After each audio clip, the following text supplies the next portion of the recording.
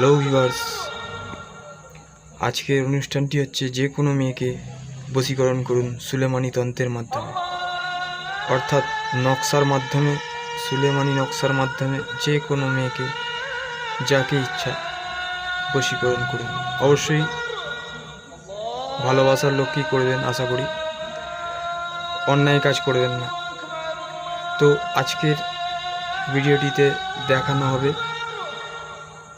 সুলেমানি তন্ত্রের মাধ্যমে বশীকরণ। তো যে যাকে ভালোবাসে, ভালোবাসার মানুষ কাছে পাওয়ার চেষ্টা করছে, সেই এই প্রয়োগটা করতে পারবে যে কোনো ক্ষেত্রে। তো আজকে এর জন্য লাগবে ডালিম গাছের কলম, অর্থাৎ ডাল কেটে কলম লাগবে, ভোজ পাতা যার ওপর আপনি এই নকশা আঁকবেন, আর কালি তৈরি করতে হবে জাফরান বা কেশর যেটাকে বলে সেইটা, গোলাপ জল বা আতর দিয়ে বাটবেন, বেটে এরকম পেস্ট তৈরি করে নেবেন।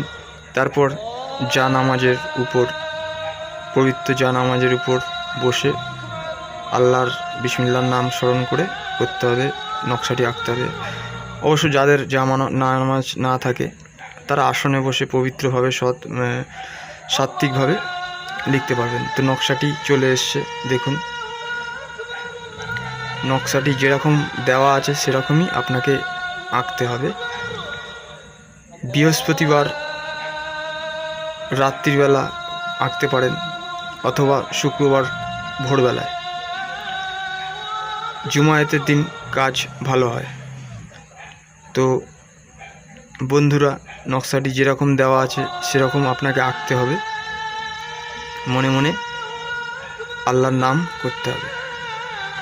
তো সেই পবিত্র আল্লাহ তাআলা আপনার ওপর কৃপা বর্ষণ করবে। তারপর আপনি ধূপ দীপ দিয়ে যন্ত্রটিকে পুজো করবেন। 3 দিন আপনি পুজো করবেন, 3 দিন নিত্য পুজো করবেন, ধূপ দ্বীপ দিয়ে পুজো করবেন, একটি কাঠের পাটাতনে রেখে পুজো করবেন।